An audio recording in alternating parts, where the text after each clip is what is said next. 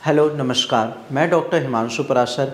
लकवा के पेशेंट अक्सर मुझसे पूछते हैं कि सर कुछ रूटीन बता दो जो हम डेली फॉलो कर सके, या फिर उनके जो अटेंडेंट होते हैं, जो केयर टेकर होते हैं, वो भी मुझसे पूछते हैं कि सर डे टू डे का आप मुझे रूटीन बता दीजिए, सुबह से शाम तक क्या करना है ताकि जो इनकी प्रॉब्लम है, जो पैरालिसिस की दिक्कत है, उसमें आराम मिल सके। तो आज इस वीडियो में मैं आपको कुछ ऐसी चीज़ें बताऊंगा जो आप पैरालिसिस पेशेंट के साथ अगर फॉलो करते हैं या उनसे करवाते हैं डे टू डे लाइफ में, तो आपको खुद दिखेगा कि हाँ सर काफ़ी ज़्यादा इम्प्रूवमेंट मिल रहा है, चीज़ें ठीक हो रही है। तो चलिए वीडियो को स्टार्ट करते हैं। सबसे पहले मैं इस वीडियो में आपको कोई टाइम स्पेसिफिक चीज़ें नहीं बताऊंगा, क्योंकि हर किसी की बॉडी अलग है, हर किसी का सोने का पैटर्न अलग होता है। तो इसीलिए कई बार कुछ लोग लेट नाइट तक सोते हैं, कुछ लोग अर्ली मॉर्निंग जाग जाते हैं। तो आप ये देखना है कि पेशेंट जब से सोकर उठता है उसके बाद से क्या कराना है। तो जैसे ही पेशेंट सोकर उठते हैं, आपको एक चीज़ का ध्यान रखना है कि अगर वो व्हील चेयर पे है तो उनके लिए व्हील चेयर अरेंज करिए, नहीं तो अगर वो सपोर्ट पे तो आपको उनको सपोर्ट से उठाना है। उसके बाद उनको फ्रेश होने के लिए टाइम दीजिए। ठीक है, कई बार पेशेंट के सेंसेस नहीं होते, वो बिस्तर पे ही टॉयलेट कर देते हैं, तो उस चीज़ों का भी आपको ध्यान रखना है। इसके साथ साथ जब ये सारी चीज़ें हो जाए तो आपको उनको ओरल हाइजीन मेंटेन करना है, यानी कि डेंटल हाइजीन बहुत ज़रूरी है।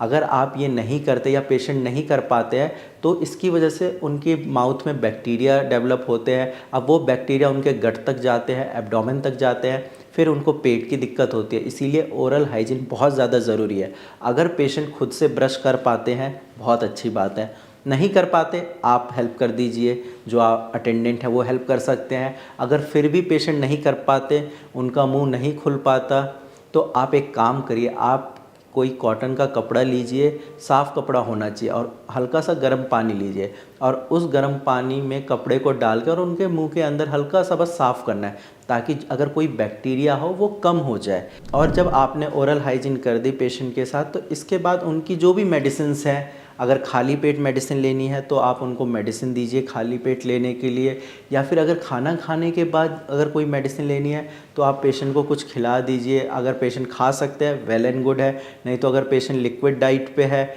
या फिर उनके राइल्स ट्यूब लगी हुई है तो उसके अकॉर्डिंग आप देख लीजिए, उनको मील प्रोवाइड कराइए और इसके बाद फिर उनको मेडिसिन दीजिए, क्योंकि मेडिसिन बहुत ज़्यादा ज़रूरी है पैरालिसिस पेशेंट के लिए। जब आपने मेडिसिन दे दी, खाना खा लिया पेशेंट ने, अब बारी आती है शावर की, यानी कि नहाने की। तो कोशिश करिए कि पेशेंट को डेली नहाए। अगर डेली नहीं पॉसिबल, एटलीस्ट वीक में 2 से 3 बार उनको नहाने के लिए तैयार करिए। अगर मान लीजिए पेशेंट अपने बेड से खड़े नहीं हो पाते, या कई बार ऐसे पेशेंट होते हैं कि बेड पे ही रहते हैं, तो आप एक कपड़ा ले लीजिए और हल्का सा गर्म पानी से उनकी पीठ को, बैक साइड को एंड शरीर को अच्छे से साफ़ करिए। उससे ये होता है कि जो भी बैक्टीरिया होंगे या काफ़ी टाइम सोने की वजह से, प्रेशर की वजह से वहाँ पे स्वेटिंग हो जाती है। अब पसीने की वजह से भी बैक्टीरियल इन्फेक्शन हो सकता है, तो आपको उसको भी ठीक करना है। तो इसीलिए हल्का गर्म पानी से आप पसीना को साफ़ करिए और पेशेंट की पोजीशन भी चेंज करानी है। अगर वो पीठ के बल सो रहे हैं तो उनको लेफ़्ट राइट करवट सुलाइए, क्योंकि अगर ज़्यादा देर तक वो पीठ के बल पे सोए रहेंगे तो बेड सोर्स होने की संभावनाएं होती है। कई बार प्रेशर की वजह से वहाँ पे अल्सर्स की प्रॉब्लम हो जाती है, और इसके साथ साथ अदर स्किन प्रॉब्लम हो सकती है, ईचिंग हो सकती है। तो इस चीज़ का आपको ध्यान रखना है कि हर 2 घंटे में पेशेंट की पोजीशन चेंज करानी है, अगर पेशेंट बेड पे ही रहता है तो। इसके अलावा आप एंटी फंगल पाउडर यूज़ कर सकते हैं उनकी पीठ पे, या जिस तरफ वो ज़्यादा लेटते हैं वहाँ पे आप पाउडर लगा दीजिए। इससे ये फ़ायदा होगा कि उनकी स्किन जो है वो ड्राई रहेगी, और जब स्किन ड्राई रहेगी तो बैक्टीरियल इन्फेक्शन नहीं होगा। अक्सर बैक्टीरियल इन्फेक्शन वहीं रहता है जहाँ नमी होती है। तो आपको एंटी फंगल पाउडर यूज़ करना है ताकि जो मॉइस्चर है वो कम हो जाए और बैक्टीरियल इन्फेक्शन की प्रॉब्लम ना हो या फंगल इन्फेक्शन ना हो। इसके साथ साथ पैरालिसिस पेशेंट के लिए बहुत ज़रूरी है एक्सरसाइज या फिर फिजियोथेरेपी। अब आपको इस चीज़ का ध्यान रखना है कि पेशेंट अपना हाथ मूव कर पा रहा है या नहीं कर पा रहा। अगर कर पा रहा है तो वो एक्सरसाइज खुद से करेंगे। मान लीजिए लेफ़्ट हैंड मूव नहीं कर पा रहा, राइट कर रहा है, तो कोई बात नहीं, राइट से अपने लेफ़्ट हैंड की मसाज करेंगे और अच्छे से उस एरिया की एक्सरसाइज करेंगे, ठीक है। अगर कई बार ये होता है कि दोनों हाथ मूव नहीं कर रहे, तो जो अटेंडेंट है या जो केयर टेकर है उनका काम बनता है कि वो पैसिव एक्सरसाइज कराए, उनका हाथ ऊपर उठाए, थोड़ी मूवमेंट कराए, ताकि ब्लड सर्कुलेशन बना रहे। और जब ये सारी चीज़ें करेंगे तो उनके मसल में स्ट्रेंथ आएगी और जो पैरालिसिस की प्रॉब्लम है उनको उसमें भी आराम मिलेगा। इसके साथ साथ आपको मसाज भी करना है।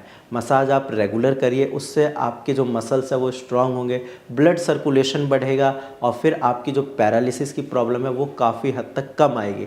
तो जब आप ये सारी चीज़ें करते हो तो आप खुद देखोगे कि हाँ सर, काफ़ी आराम मिल रहा है पेशेंट को। लेकिन ये एक दिन में नहीं होगा, आपको लगभग 15-20 दिन लगातार करना पड़ेगा।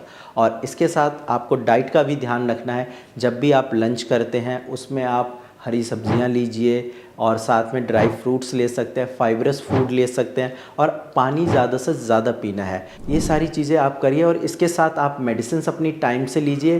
डेफिनेटली पैरालिसिस में आपको आराम मिलेगा। और बाकी अगर आपको कोई डाउट है या फिर आपके किसी रिलेटिव को पैरालिसिस की दिक्कत है तो आप डायरेक्ट नीचे दिए गए नंबर पर कॉल करके मेरी टीम से बात कर सकते हैं। और भारत होम्योपैथी में जो लाखों पेशेंट ठीक हुए हैं उनकी तरह आप भी ठीक हो सकते हैं। आज की वीडियो में इतना ही। धन्यवाद।